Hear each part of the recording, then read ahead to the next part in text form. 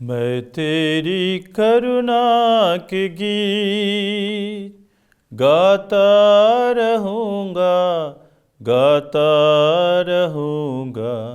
मैं तेरी करुणा के गीत गाता रहा हूँ, गाता रहूँगा।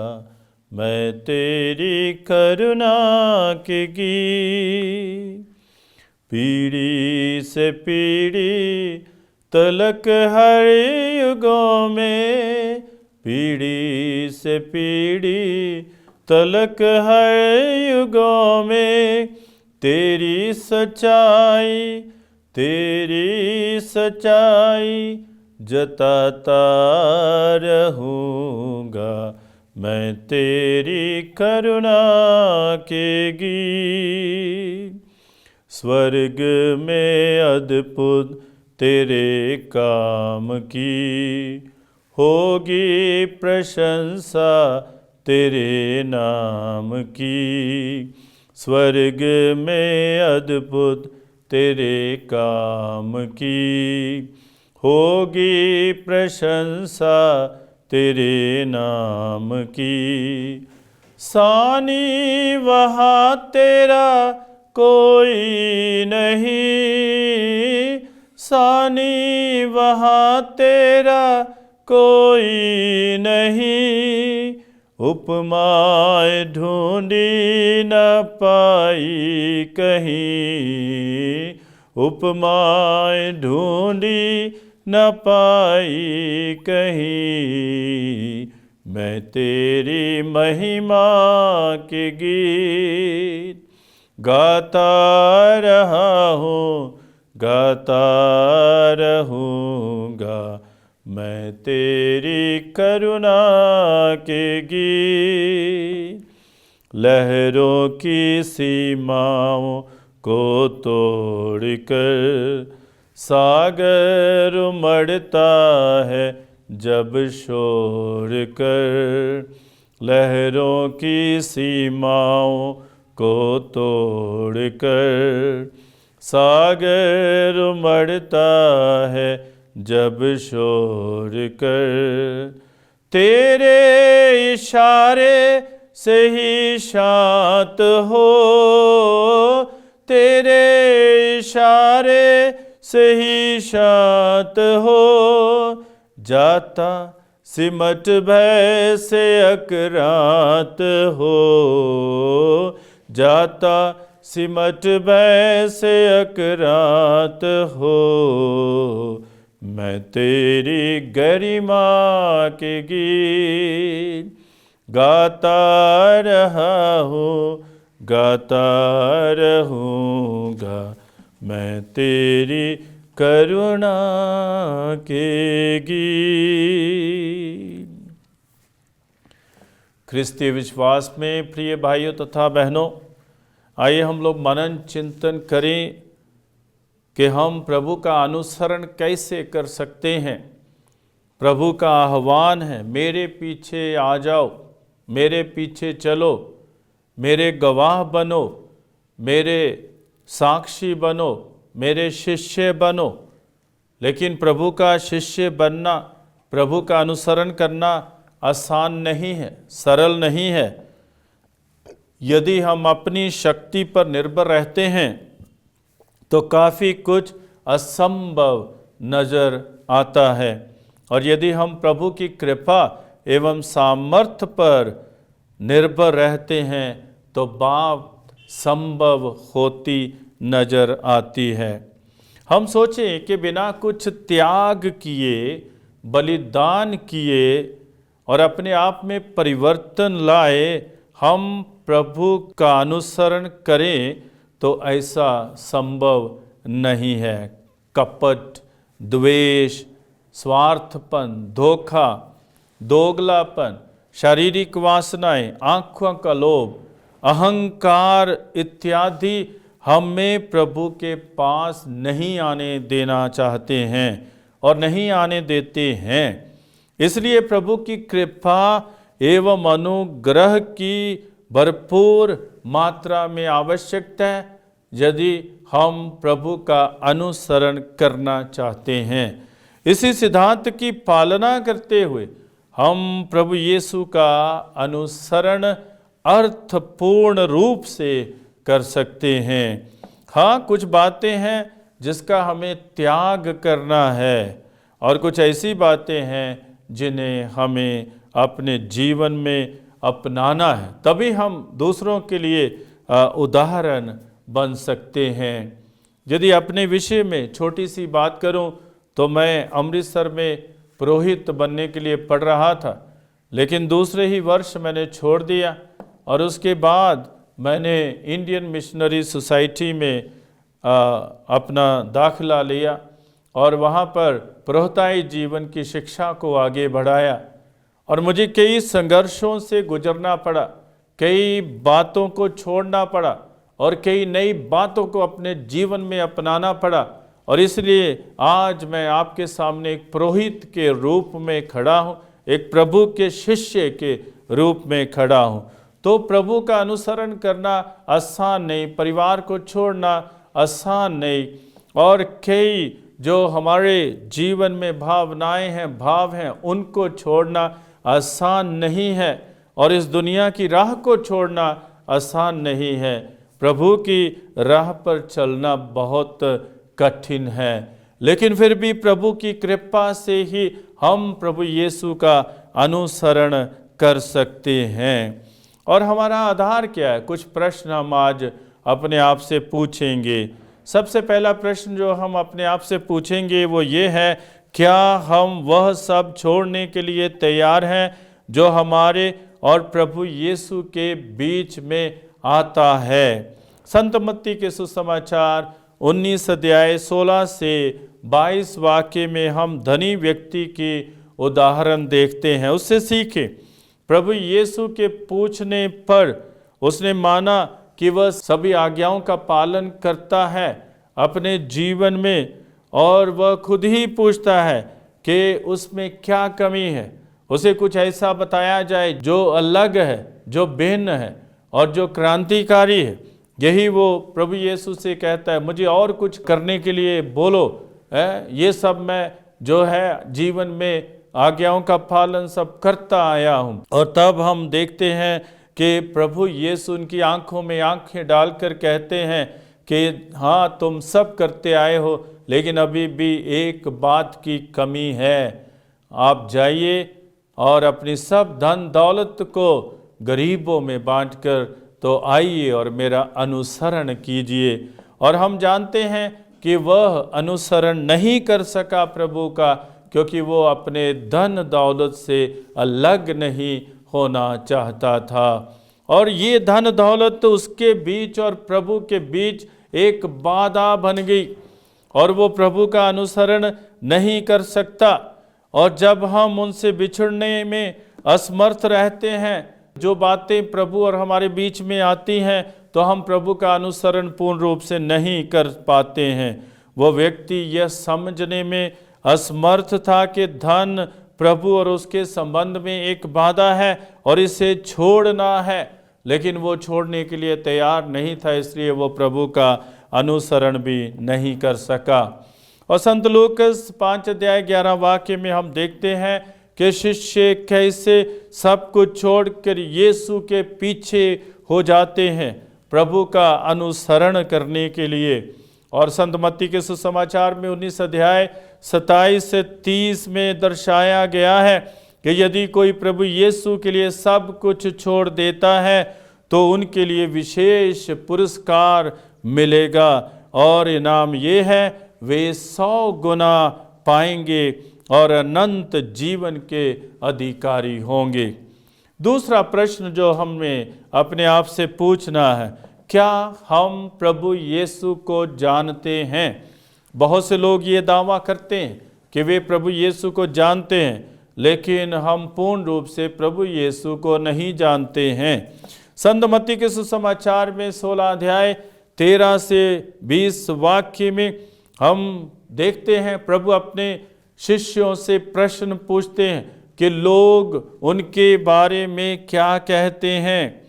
और ये दोहराना बहुत सरल है, आसान है, जो लोग कहते हैं, और उन्होंने एकदम उत्तर दे दिया।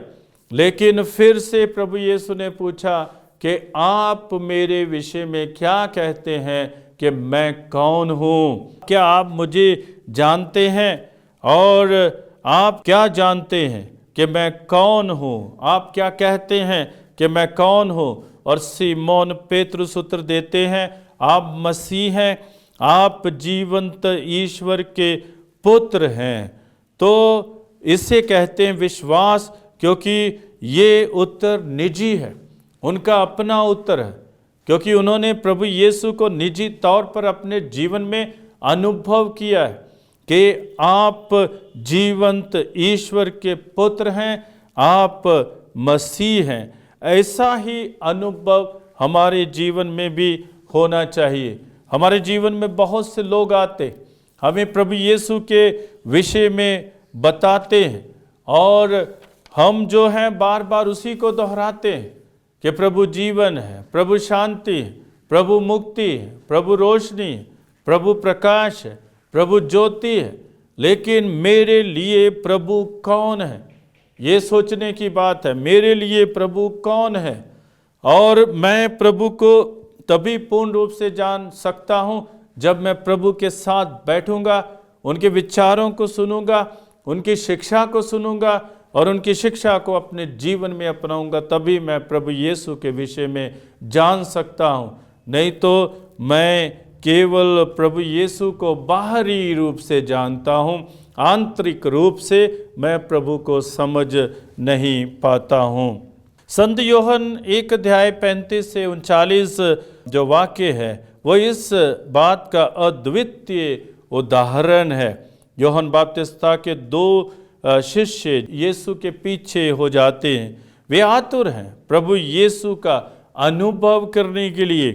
वे ये भी समझते हैं कि प्रभु यीशु के शिष्य बनने के लिए उन्हें प्रभु के साथ रहना और उनका अनुभव करना जरूरी है उनके लिए। इसलिए वे प्रभु के साथ जाकर देखते हैं कि प्रभु कहाँ रहते हैं, प्रभु क्या करते हैं, और पूरा दिन प्रभु यीशु के साथ बैठते हैं और वो प्रभु को समझने की कोशिश करते हैं, जानने की कोशिश करते हैं। प्रश्न आज हमें अपने आप से पूछना चाहिए, क्या मैं प्रभु यीशु को जानता हूँ? और नहीं जानते हैं, हम वचन में और भी जाएं और गहराई में जाएं और प्रभु के चरणों में बैठें और प्रभु के चरणों में बैठकर प्रभु का निजी तौर पर अनुभव करें, प्रार्थना में मन लगाएं ताकि हम प्रभु को जान सकें। जो तीसरा प्रश्न हमें अपने आप से पूछना है वो ये है, क्या हम विनम्र बनने के लिए तैयार हैं? प्रभु यीशु का अनुसरण करने के लिए हमें विनम्रता की आवश्यकता है, और विनम्रता किसी भी संबंध का सार्थक आधार है। संबंध अपने आप से हो या दूसरों के साथ या खुदा से, तो विनम्रता आवश्यक है। संत मत्ती का सुसमाचार 11:25 से 30 वाक्य में हम पढ़ते हैं कि प्रभु यीशु विनम्रता की प्रशंसा करते हैं और पिता ईश्वर को धन्यवाद देते हुए उनकी स्तुति करते हैं। प्रभु यीशु हमें उनसे सीखने के लिए प्रेरित करते हैं, क्योंकि वह स्वभाव के नम्र और विनीत हैं।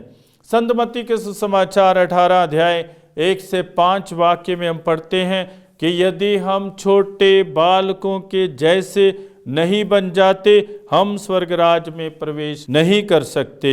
और स्तोत्र ग्रंथ 149 में लिखा है कि प्रभु पद दलितों का उद्धार करता है। तो हम विनम्र बनते हुए प्रभु के चरणों में जाएं। और जो आगे प्रश्न हमें अपने आप से पूछना है वो ये प्रश्न है, क्या हम आत्मत्याग करने के लिए तैयार हैं? संत मत्ती का सुसमाचार 16:24 से 28 वाक्य में साफ शब्दों में प्रभु हमारा आह्वान करते हुए कहते हैं कि जो मेरा अनुसरण करना चाहता है वह आत्मत्याग करे और अपना क्रूस उठाकर मेरे पीछे हो ले, और जो मेरे कारण अपना जीवन खो देता है वह उसे सुरक्षित रखेगा। तो क्या हम आत्मत्याग करने के लिए तैयार हैं प्रभु यीशु के पीछे जाने के लिए? और प्रभु यीशु आगे कहते कि सारा संसार प्राप्त करने में कोई लाभ नहीं है। और आत्मत्याग की चुनौती हमारे लिए एक महान चुनौती है। प्रभु यीशु के शिष्य बनने के लिए किसी भी परिस्थिति के लिए तैयार रहना चाहिए। आत्मत्याग तथा आत्मसमर्पण ही आध्यात्मिक जीवन के प्रतीक है। जो पाप का परित्याग करने के लिए और सांसारिक मोह माया से मुंह मोड़ने के लिए तैयार नहीं है, वह प्रभु का शिष्य नहीं बन सकता है। हमारा चरित्र और वचन एक साथ चलना चाहिए। जब चरित्र और वचन में भिन्नता आ जाती है, हम प्रभु का अनुसरण करने में असमर्थ रहते हैं। कहने का भाव ये है कि हम प्रभु यीशु के प्रतिनिधि बनने में कहीं ना कहीं पीछे रह जाते हैं। आगे हमें अपने आप से पूछना है, क्या हम सेवा करने के लिए तैयार हैं? सेवा ख्रीस्तीय गुणों में से वो गुण है जो हमें दूसरों के दुख दर्द में सहभागी होने को प्रेरित करता है। सेवा भाव उत्तम भावों में से एक है। सेवा के अभाव से कोई भी किसी की पीड़ा नहीं समझ पाएगा। सेवा भाव प्रभु यीशु की शिक्षा में विशेष स्थान रखता है। सेवा का अर्थ ही दूसरों के लिए जीना है। संत मत्ती का सुसमाचार 20 अध्याय 24 से 28 वाक्य में हम पढ़ते हैं, जो तुम लोगों में बड़ा होना चाहता है वह तुम्हारा सेवक बने, और जो तुम में प्रधान होना चाहता है वह तुम्हारा दास बने। क्योंकि मानव पुत्र भी अपनी सेवा कराने नहीं बल्कि सेवा करने तथा बहुतों के उद्धार के लिए अपने प्राण देने आया है। तो सेवा का यही सिद्धांत है। संत लूकास का सुसमाचार 1 अध्याय 39 वाक्य में हम पढ़ते हैं, माँ मरियम एलिजबेथ की सेवा में शीघ्रता से चल पड़ती है। तो हम भी सेवा करने के लिए तैयार रहें। जो प्रभु का अनुसरण करते हैं वे सेवा करने के लिए तैयार रहें। और आगे हमें अपने आप से पूछना है, क्या हम प्रभु यीशु से सीखने के लिए तैयार हैं? संत लूकास अध्याय 10 38 से 42 वाक्य में मार्था की बहन मरियम प्रभु यीशु के चरणों में बैठकर सीखती है। गुरु के चरणों में ही मोक्ष है, मुक्ति है, स्पर्श है। गुरु के चरणों में ही ज्ञान है, गुरु के चरणों में ही वरदान है, गुरु के चरणों में ही रास्ता है, मंजिल है, गुरु के चरणों में ही विकल्प है, गुरु के चरणों में ही संकल्प है, गुरु के चरणों में ही सत्य है, मार्गदर्शन है, जीवन है और अनंत जीवन। और जब हम लोग प्रभु यीशु के चरणों में बैठ जाते हैं तो हम इन रहस्यों को अपने जीवन में समझने में सक्षम हो जाते हैं। संत यूहन्ना के सुसमाचार 6 अध्याय 68 वाक्य में हम पढ़ते हैं कि सिमोन पेतरुस प्रभु यीशु से कहते हैं, प्रभु हम किसके पास जाएं? हम कहाँ जाएं? आपके ही शब्दों में अनंत जीवन है। प्रभु आपके ही शब्दों में अनंत जीवन का संदेश है। तो हम जानते हैं कि प्रभु के वचनों में ही, प्रभु के शब्दों में ही, प्रभु के चरणों में ही मुक्ति है। और जब हम लोग प्रभु के चरणों में बैठते हैं हम प्रभु यीशु से सीखते हैं। संत लूकास अध्याय 11 और 1 वाक्य में शिष्य प्रभु यीशु से आग्रह करते हैं, प्रभु हमें प्रार्थना करना सिखाइए। तो कौन हमें प्रार्थना करना सिखाए? प्रभु स्वयं हमें प्रार्थना करना सिखाते हैं। हम सीखने की जिज्ञासा को अपने आप में पैदा करें। और जिज्ञासा के बिना ज्ञान नहीं है, ज्ञान के बिना भक्ति नहीं है, और भक्ति के बिना ईश्वर नहीं, और ईश्वर के बिना अनंत जीवन नहीं है। इसलिए हमें प्रभु यीशु से सीखना है और हमें सत्य पथ के राही अपने जीवन में बनना है। आगे हमें पूछना है अपने आप से, क्या हमारी मशालों में तेल है? संत मत्ती के सुसमाचार 5 अध्याय 14 से 16 वाक्य में प्रभु यीशु कहते कि मैं संसार की ज्योति हूँ। दीपक रास्ता दिखाने के काम में आता है, परंतु यदि उसमें तेल ना हो तो वह जल नहीं सकता है। यदि हम सही अर्थों में प्रभु यीशु के शिष्य हैं तो हमें जलता हुआ चिराग या दीपक बनना है। कहने का भाव, जो गुणों से विभूषित है हमें उन गुणों को अपनाना है जो हमारे विश्वास तथा प्रभु यीशु के साथ संबंधों को ताजा रखते हैं। संत मत्ती के सुसमाचार में 25 अध्याय 1 से 13 वाक्य में इसकी बहुत ही सार्थक उदाहरण है। इसमें नासमझ और समझदार कुंवारियों का उदाहरण दिया गया है। नासमझ अपनी मशाल के साथ तेल नहीं लाई और समझदार अपनी मशाल के साथ कुप्पियों में तेल भी लाई।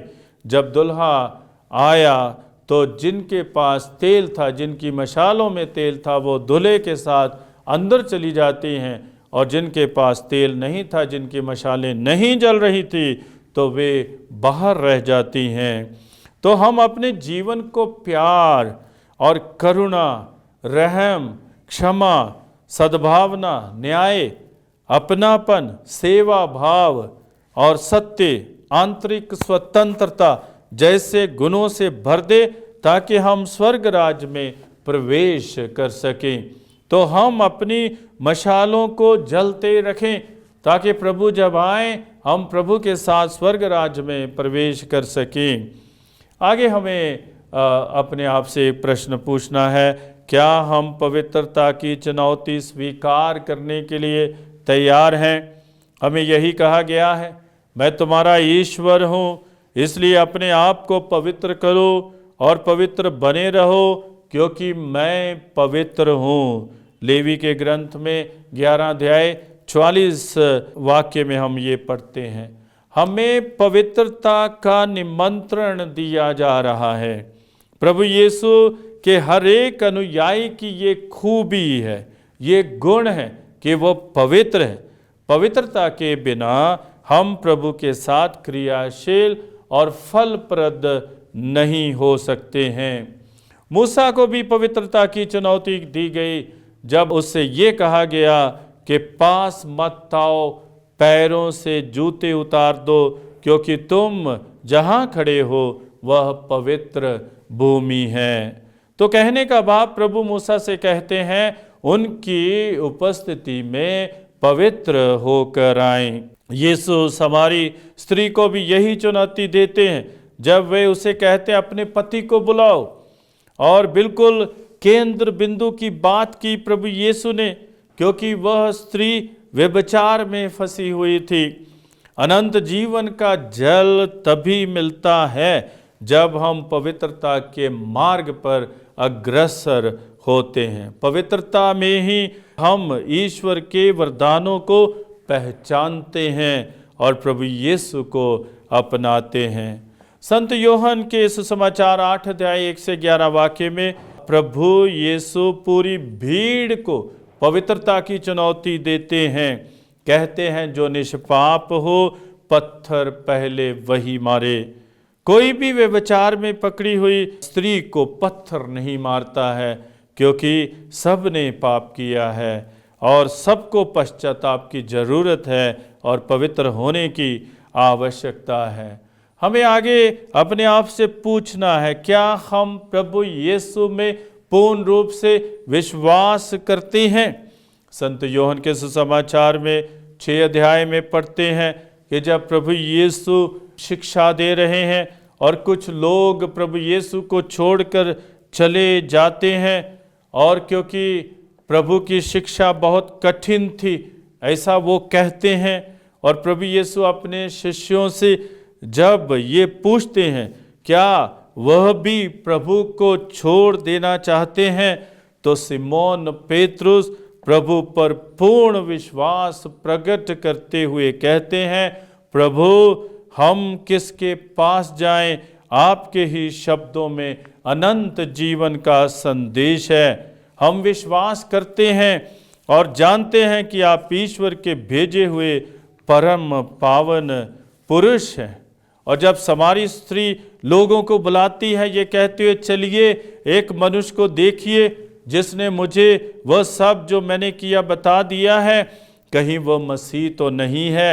तो लोग आते हैं और प्रभु यीशु के दर्शन करते हैं और उनके वचनों को सुनते हैं और उनके बाद कहते हैं, अब हम तुम्हारे कहने के कारण ही विश्वास नहीं करते, हमने स्वयं उन्हें सुन लिया और हम जान गए हैं कि वह सचमुच संसार के मुक्तिदाता है। और आखिरी जो सवाल है, जो प्रश्न है हमें अपने आप से करना है, क्या हम अपनी नाव गहरे पानी में ले जाने के लिए तैयार हैं? संत लूकास का सुसमाचार 5 अध्याय 1 से 11 वाक्य में प्रभु यीशु सिमोन की नाव पर सवार होते हैं। पेतरुस को किनारे से कुछ दूर ले जाने के लिए कहते हैं। प्रभु यीशु आदेश देते हैं, नाव गहरे पानी में ले चलो और मछलियां पकड़ने के लिए अपना जाल डालो। सिमोन ने रात भर मेहनत की परंतु कुछ भी हासिल नहीं हुआ।